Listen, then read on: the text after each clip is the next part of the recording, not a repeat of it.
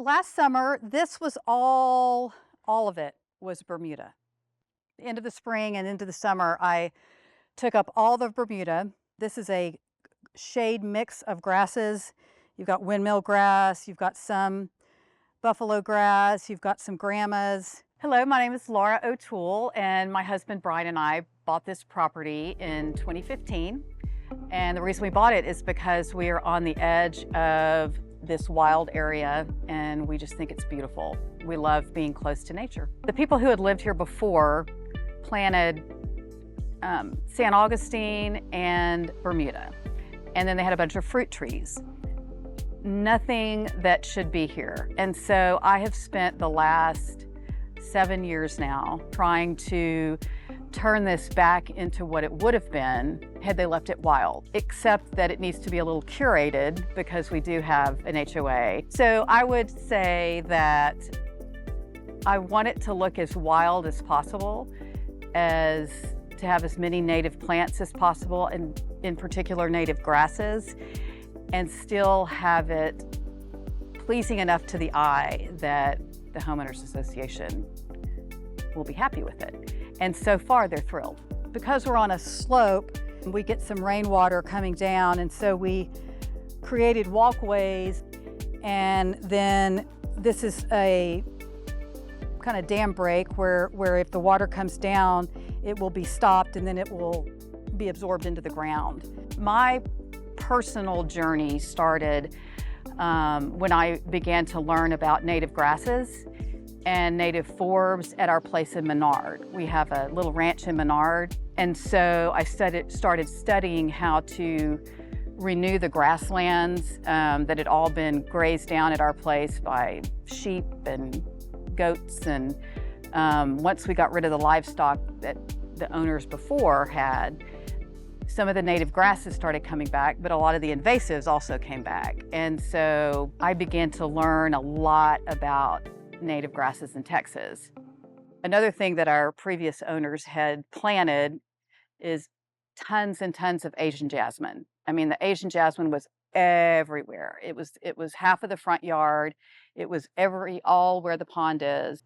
And once I got rid of the Asian jasmine, I began to experiment with native grasses. And I started with big muley, switchgrass, Gulf Coast muley, and big blue stem. I knew that little blue stem grew really well because it's all in the back there where we hike, but I didn't know if the other grasses would grow. And they did, and amazingly so, and they were beautiful.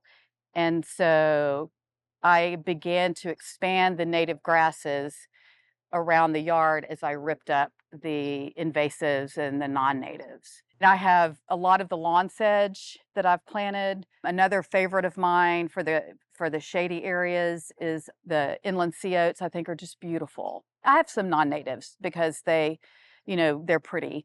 What made me fall in love with grasses in the first place is probably the journey that I started taking in Menard, trying to figure out how to regenerate our grasses. And I started studying Bamberger Ranch and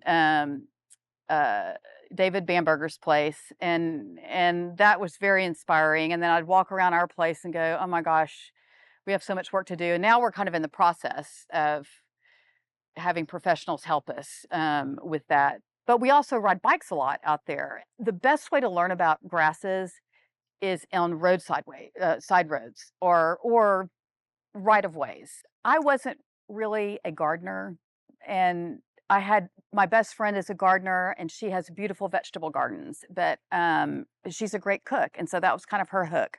My other good friend had beautiful gardens because she loved beautiful flowers, and that was her hook. I needed a hook, and it couldn't just be grasses, so my hook became, what do grasses do for the landscape and for nature? If you take out the non-native grasses and put native grasses back, what you notice is worms come back and beetles are back and flying things are back. And, then you start paying attention to host plants. The pond project I'd always wanted a pond, and my husband promised me a pond for our 30th wedding anniversary, which is coming up. Eric Arnston and his wife Anna showed up, and he is a very experienced pond builder. And so we sort of got to talking about his idea and his muse of ponds. And he says, I've kind of got this vision of Jacob's Well, to where that's sort of my muse. And I was like, oh, that'd be great. The only advice I gave, I said, I want it to look like it's always been here. And he said, okay. When he finished, it really did. It really did. He said, this is a habitat. He said, this is a biological habitat. And what will happen is, we have these, they're called biofalls at the top, and it will circulate the water, through the pond. And over time, it will grow algae and plants, and those are your natural filtration. I asked him, I said, well, can my dog get in there? And he goes, oh yeah, your dog can get in there. You can get in there. It's been the most fun I've had, and the best addition to this yard, way, way more than I could have anticipated. Another great mom and pop shop, Heartland Sprinklers, came and figured out how to do a high pressure pump system out of the tank, because I said, I want to be able to irrigate with cistern water out of my cistern. One of the things I've been trying to do is encourage my neighbors to have pollinator gardens in their yard. And when I was talking to my friend about it, who is familiar with Doug Tallamy's, she said, have you heard of Doug Tallamy's Homegrown National Park? His concept is if everyone dedicated a portion of their yard to natural habitat, we could recreate on private property essentially a highway for migrating pollinators. Once I put the sign in the front yard that I got from Doug Tallamy's Homegrown National Park, people started coming over and asking me what it was.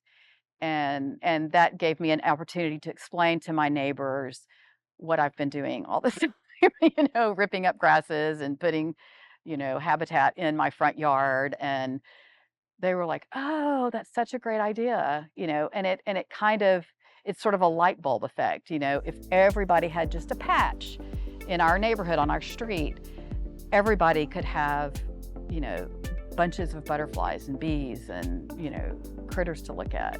It is so much fun when you take that approach.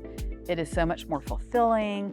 It was so therapeutic for me to rip up all of this non-native grasses and the invasive plants, and to feel like I'm part of the solution, inviting wildlife in rather than trying to keep them out. But we need to learn to live alongside wildlife. And it can be messy, it can look messy at times. It doesn't look like a golf course, but I think it's prettier that way. It's just changing the way you think about it. So, and I live in a neighborhood with an HOA, and the HOA president was walking by my yard the other day and just loved it. It can be done.